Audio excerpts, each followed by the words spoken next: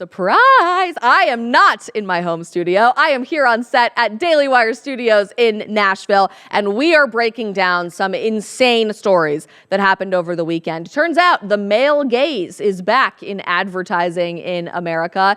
The Church of England is having a substantial identity crisis with a new female head of the church, and the Canterbury Cathedral has been destroyed intentionally with woke graffiti. Stick around to figure it all out right here on The Isabel Brown Show.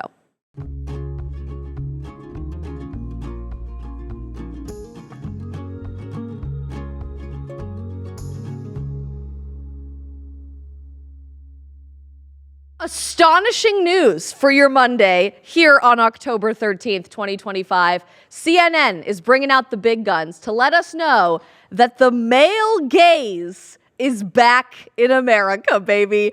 I'm scrolling through social media this morning, looking for what's happening in the world, catching up. I've been on the road for 5 days, and the very first thing that comes to my attention is this ridiculous headline that I'd love to unpack with you for a few minutes this morning. After years of progress on gender, CNN says, the male gaze is back. I guess then they go on this whole diatribe about how men are objectifying women again, and because of that, we're experiencing a rise in traditional femininity, and that's really bad. That's really bad because we've spent the last several decades making so much progress to make sure that gender was a thing of the past, that men and women were virtually indistinguishable from one another, and that we all dressed like androgynous brown paper sack things instead of like men or like women. And we should be ashamed of ourselves for going back to a time where women were distinguishable from men and we had our own set of beauty standards and ideals, and God forbid, ever attracted a man to begin with. And yet these people can really only come up with two examples of how the male gaze is back from the last few months: the Sydney Sweeney jeans ad and the Addison Rae jeans ad. It feels to me like a lifetime has passed, really, since we started watching these ads gloss our social media feeds. I had to remind myself that it has not yet been 4 or 5 years since Sydney Sweeney's jeans ad. This was mere weeks ago. Insane how much has happened in the meantime. But if you, like me, are struggling with the passage of time in the last few weeks, especially in the last month, here's a little refresher on what Sydney Sweeney jeans ad broke people's brains in August. Watch this. My body's composition is determined by my genes.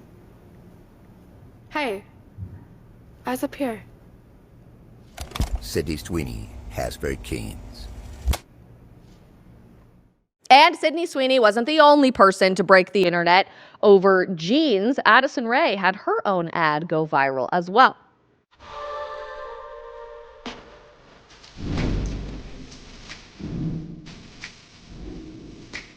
When all of this happened, people's heads exploded because God forbid we show beautiful blonde girls in tight jeans with boobs, because boobs are a woman's experience. Who knew? I guess when you don't even need a uterus to be a woman anymore, you can have a uterus when you're a man. The idea of attaching feminine traits to women and not to men is so wildly offensive to people that we now call this the resurgence of the male gaze. But even when all of that was going viral weeks ago, it was incredibly obvious to me that culture is changing. Culture is changing rapidly, with objective reality, a sense of humor, and generally pretty conservative ideas and values coming back to the surface in America again, especially when even the President of the United States can joke about this and lean into it effectively. Back in August, the White House tweeted this picture of Donald Trump walking around on the roof as a meme of, hey, did you see the Sydney Sweeney ad?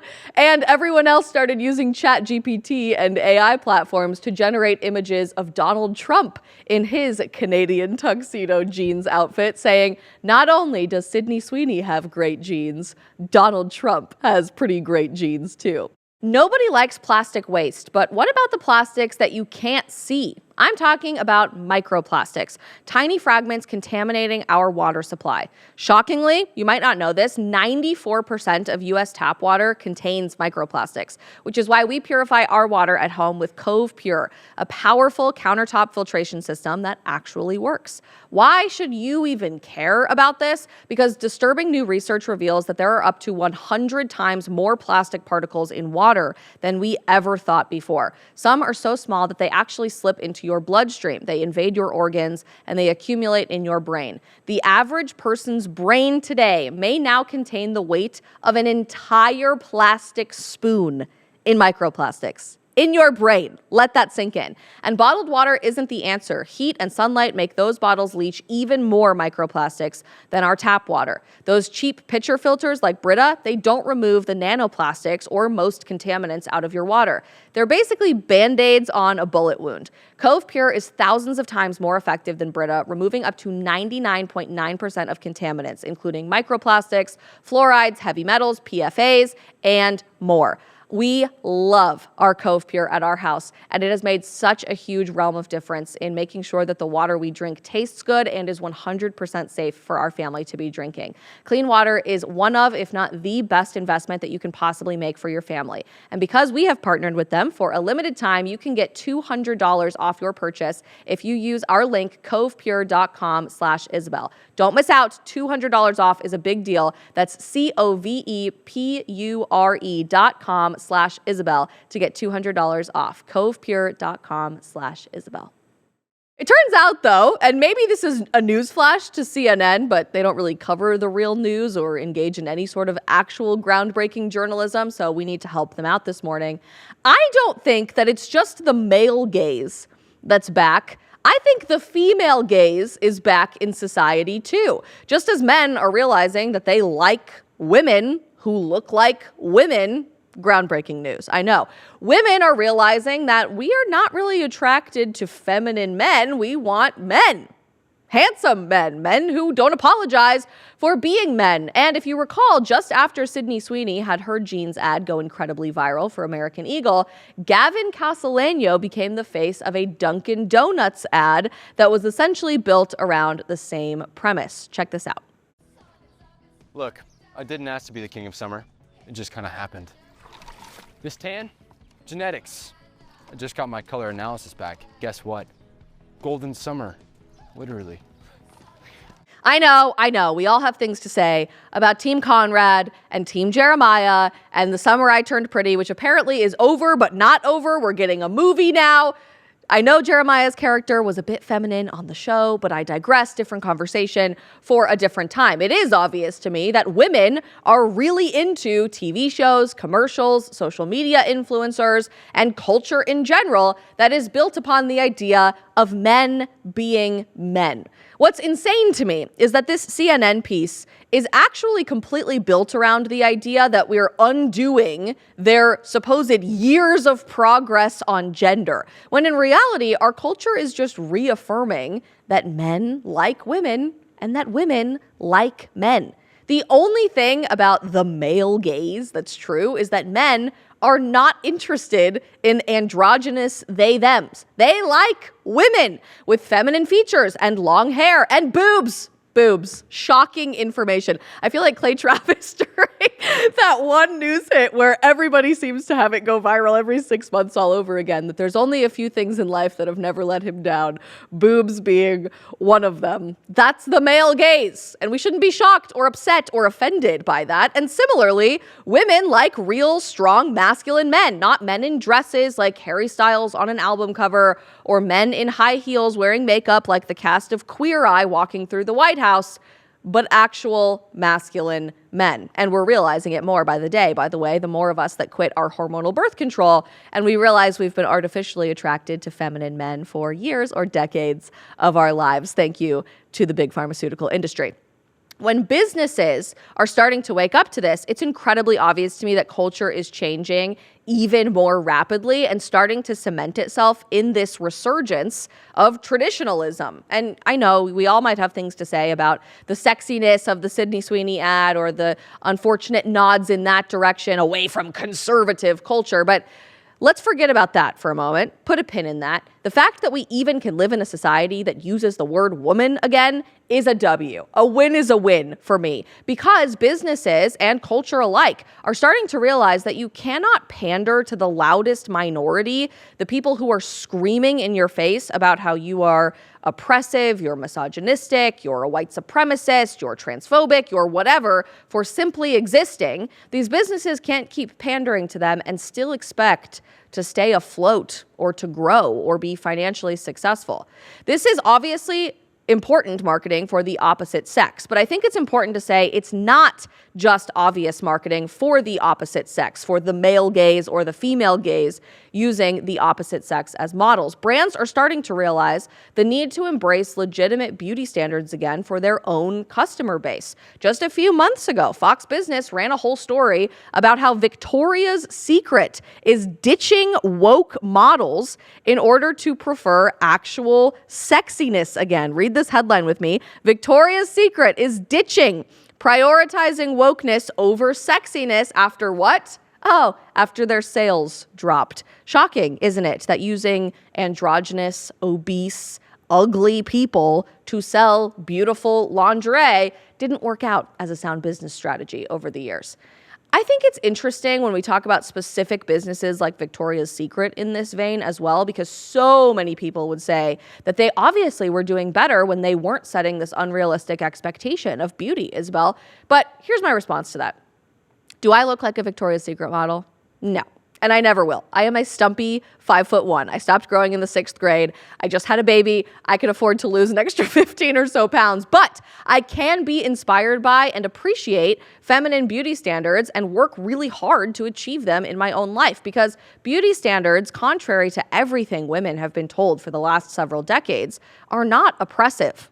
They're not. They can go too far, but beauty standards, when rooted in health and wellness, are empowering. It's something that we should be striving for, because we can appreciate when something is beautiful and when something is ugly. And just like in our culture of desecrating beautiful architecture, destroying art to sell you gazillion-dollar bananas taped to a wall with duct tape instead of beautiful paintings and sculptures, in our culture that's trying to convince you that music lacks refinement and beauty and instead should just be computer-programmed noise, obviously they're going to do the same thing for people too. But if we've learned anything throughout our lifetime, especially in Western culture, beauty matters, because beauty allows us to transcend the brokenness and evil and destruction of humanity and to focus our attention, our efforts, our inspiration on something larger, to appreciate the divine.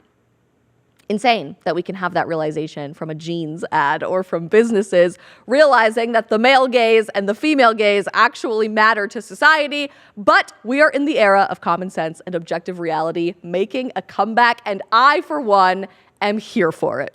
Today's episode is brought to you by our friends at Grazza. Everyone knows I love to cook for my friends, and lately I have taken my food to the next level with Grazza, my favorite olive oil of choice. It is delicious, it is easy to use, extra virgin olive oil at an affordable everyday price. Grazza is always fresh. They pick, press, and bottle all of their olives in the same season. You can even see the harvest date on every single bottle, which matters to me a lot. They have not one, but 2 extra virgin olive oils to stock in your kitchen, and you can choose between their squeeze bottles or their glass bottles. There's Sizzle, their everyday cooking oil that is perfect for roasting, sauteing, and anything else that you cook. And they also have Drizzle, a super punchy, flavorful finishing oil that is perfect for dipping your favorite bread, whipping up a salad dressing, or even drizzling over ice cream. Don't knock it till you try it. It's my favorite thing to eat in Italy and now coming back home as well. It is seriously my favorite brand of olive oil to use when I'm cooking or when I'm eating. Healthy eating is something that I have really tried to prioritize lately, especially as a new mom, and olive oil is the timeless, classic, healthiest fat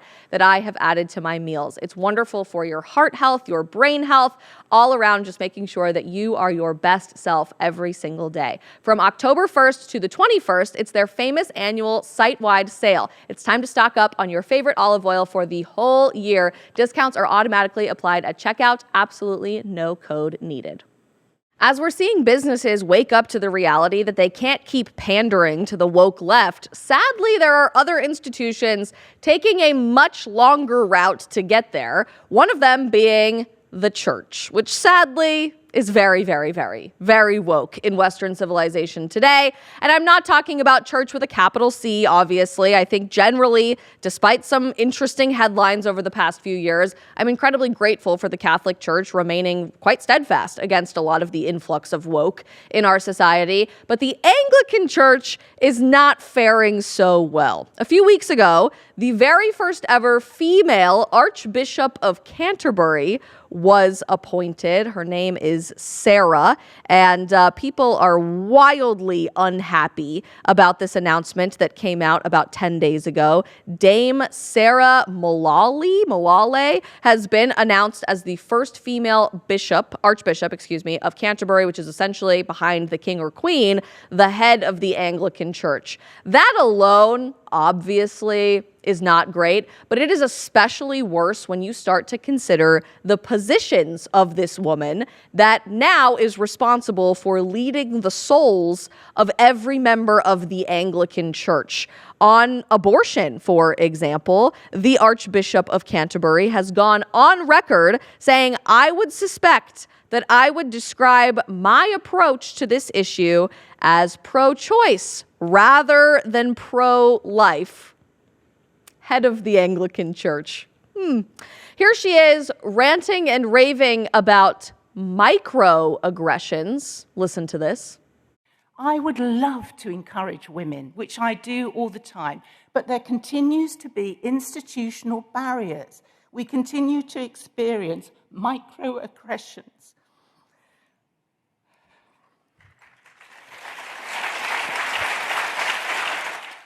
And if that wasn't bad enough, when asked about Pride and the expansion of the Pride movement coming into the grooming of children and the sexualization of society aimed at children, she had no response. Utter silence. Don't take my word for it. Listen to this. Not all pride is sexualized. There is evidence of sexual content. Sorry about this. That's never happened before. There is evidence of sexual content on our streets that would not be allowed on TV before 9 p.m. And there is evidence of sexualisation and grooming of children at Pride. This is my question, Chair. There is evidence of sexualisation and grooming of children at some Pride events. What is the House of Bishops doing to protect children from that sexualisation at Pride or from queer theory? Thank you. That does not relate to the original question, I'm afraid. It does. It's about the Bishop's position on Pride, Chair, and whether they're protecting children from Pride. They should have a position and be able to tell me. Because you don't want to protect children and you dare not speak against Pride or queer theory. Shame on you. Please sit down. This happened 10 days ago, that this woman was appointed to be the head of the Anglican Church. And then a few days later, very, very quickly, we saw a systematic decision of destruction come from within the Anglican Church at the Cathedral of Canterbury. The Canterbury Cathedral, for the record, was established by St. Augustine and now falls under the jurisdiction of the Anglican Church, where how do I say this in their terminology, person from a minority community was brought in to the Canterbury Cathedral to create a new art installation that challenges the nature of our faith as Christians and provides thought-provoking information for Christians to ponder when they walk in. Is it a beautiful fresco painted on the wall? Is it a beautiful marble sculpture handcrafted over hundreds of hours of dedicated artistry? No, it's frickin' graffiti. Disgusting, ugly, horrifying graffiti intentionally painted all over the Canterbury Cathedral to challenge God, to challenge the existence of God, to poke fun at God, put there on purpose, with permission. If you look at some of these images, it's absolutely insane. This looks like something out of like the slums of a third world country, but they intentionally put this on the wall of this beautiful cathedral. Look at this first image. Why did you create hate when love is by far more powerful? People are saying, when I go to church, this tweet is really good from Alex Phillips. When I go to church, it is a powerful, personal, and vulnerable time where I lay everything at God's feet. Church is a sanctuary where the desperate, weary, and hopeless go to find comfort and meaning.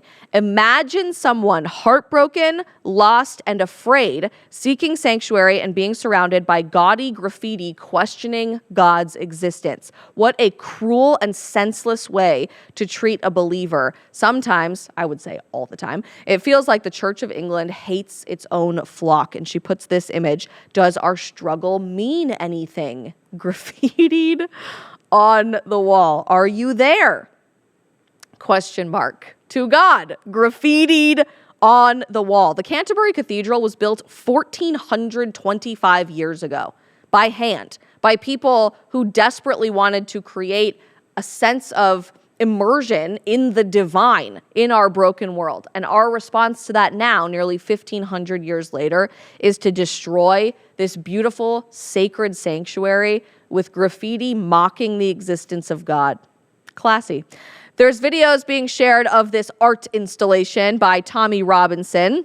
Again, reminds us the Canterbury Cathedral was established in 597 AD by St. Augustine. It was specifically founded to reintroduce Christianity to the Anglo-Saxons that had lost a tie to Christianity. And now these modern artists are saying, why all the suffering, God, in gaudy, disgusting, dripping blue and red paint all over a timeless cathedral? Why all the suffering? Are you there? How? Literally mocking the existence of God. Nothing is sacred. Some good internet sleuths took it upon themselves to figure out who was responsible for this disgusting desecration of the Canterbury Cathedral. Here we go from Tommy Robinson. The artist behind the desecration of England's oldest cathedral in Canterbury is this guy. Yeah, that sounds about right. This man in a dress, this man hiding his identity behind a mask, this man tweeting, "This is effing outrageous," about trans books being banned from the children's library. His name is Alex Vellis, the so-called artist behind this desecration of the Canterbury Cathedral, who proudly describes himself as a, and I'm not making this up, non-binary, agender. Interesting, because non-binary was supposed to be a gender, right? Non-binary, agender, goblin. Only in the UK today could somebody like this, a non-binary, agender goblin, be allowed to desecrate one of the holiest sites in Christian history and call it the name of progress, as he's literally mocking the existence of God, mocking all of the teachings of Christianity, and is a man wearing a dress in the process. So that's great. How you guys doing over there across the pond this Monday? While we're watching the desecration of everything we know to be good and true and beautiful, it is so clear to me that we are living in a time where the truth feels dangerous and when silence comes at a cost. That's exactly what happened to a beautiful young mom named Victoria. She walked in, just like millions of other women, to a Planned Parenthood when facing an unexpected pregnancy, scared and desperate, and instead of meeting her child on an ultrasound, was instead handed the abortion pill. The weight of regret hit her so hard she even considered ending her own life. But by the grace of God, she found a preborn network clinic where compassion instead broke through. Loving staff gave her real hope and helped save her life, but also her baby's life. The moment that I met my daughter on an ultrasound for the first time, watching her little hand wave at me at just 11 weeks old, it completely cemented to me just how rare and precious these moments are with our children. And knowing the truth that our babies inside of us are not just random clumps of cells, but are real human beings worthy of all of our dignity, protection, and love. This is why truth matters now more than ever, because when a mom meets her baby through an ultrasound, lives are saved. Just $28 provides that truth through a free ultrasound for a mom in need. This is your chance to make a difference that echoes into eternity. Will you answer the call? You can pick up your phone and dial pound 250 and say the keyword baby. That's pound 250 baby, or donate securely at preborn.com/Isabel. That's preborn.com/Isabel. Do it now today for just $28 because life matters. It is not, sadly, just the Anglican Church that is being targeted by calls for desecration or just really wild, rampant protests and people doing everything they can to destroy our most sacred sites in Christianity. Certainly, we know that there are churches across the United States of America that have been attacked at increasing numbers. In the past 5 years, there have been more than 500 Catholic churches attacked in some way, shape, or form with destruction of property, arson, or something else. In America alone, across the Middle East, you're seeing the destruction of Christian holy sites and churches that are important to our history. In Nigeria, we are watching an all-out genocide against Christians where tens of thousands of people have been killed in the last several years while attending Mass or their Christian worship service. And even this week at the Vatican, at St. Peter's Basilica, where I just was a few weeks ago to meet the Pope at the first ever event with Catholic content creators, someone took it upon himself to urinate all over the high altar right in the heart of St. Peter's Basilica, over the tomb of St. Peter, the actual St. Peter, in a symbol of destroying Catholicism, I guess. This happened at 9:30 a.m. Over the weekend. This guy urinated on the altar in front of hundreds of pilgrims that had come for the Jubilee year before being removed, and he did it while Mass was being celebrated at the chair of St. Peter, which is just behind the high altar. I don't find that coincidental at all. And I think it's really important to start paying attention to this behavior because you're watching this happen during church services or at important moments where new heads of churches are being appointed. It's not just the woke left. And the scary part about all of this is you're watching the woke left want to destroy the church, but you're also watching calls for a different type of replacement theory being called for all across Western civilization. Just after the urinating on the high altar clip went incredibly viral, somebody sent me this one from Rome. This is right outside the Vatican, right outside of St. Peter's Basilica, where dozens of Muslim men start engaging in Muslim prayers right near the Vatican. There are 60 mosques inside of Rome. So why choose to pray in a large group of Muslim fighting age men right outside of the head church of the Catholic Church? Tell me that's not a coincidence, and tell me that you're paying attention. The church, like all of these businesses that are starting to wake up to realize that they can't keep operating in an upside-down reality, the church needs to wake up desperately. You cannot pander to people who legitimately want you to be fundamentally destroyed from the inside out, at the very best case scenario, by the way, or people who are legitimately attempting to genocide Christians all over the world. I do not find it coincidental at all that so many fires are also being set at churches across Europe. Churches are burning across Europe. Heavy quotations on that, like a beautiful convent that was set on fire over the weekend in Italy, threatening the lives of dozens of nuns living inside. The church of St. Carlo Acutis that he grew up going to, who we just celebrated his first feast day over the weekend, burned over the weekend. I don't find any of that coincidental whatsoever in the era of pro-choice woman archbishops over in the UK and specific Muslim calls to prayers from the heart of Catholicism just outside of St. Peter's Basilica. This is why, and I say this all the time, but it's becoming more important with every passing day, we desperately need unity in the church again to stand against the forces of evil seeking to destroy the truth of God, whether that fight is about abortion, gender theory, or the replacement of Christianity with other religions. We are called to be one body of Christ, and there is only one way that the church will prevail against the gates of hell. It's when we link arms together and fight back against this broken world. kudos to all of these companies realizing the need to start standing up. But the church has got to come next, or our fight for Western civilization will be for naught.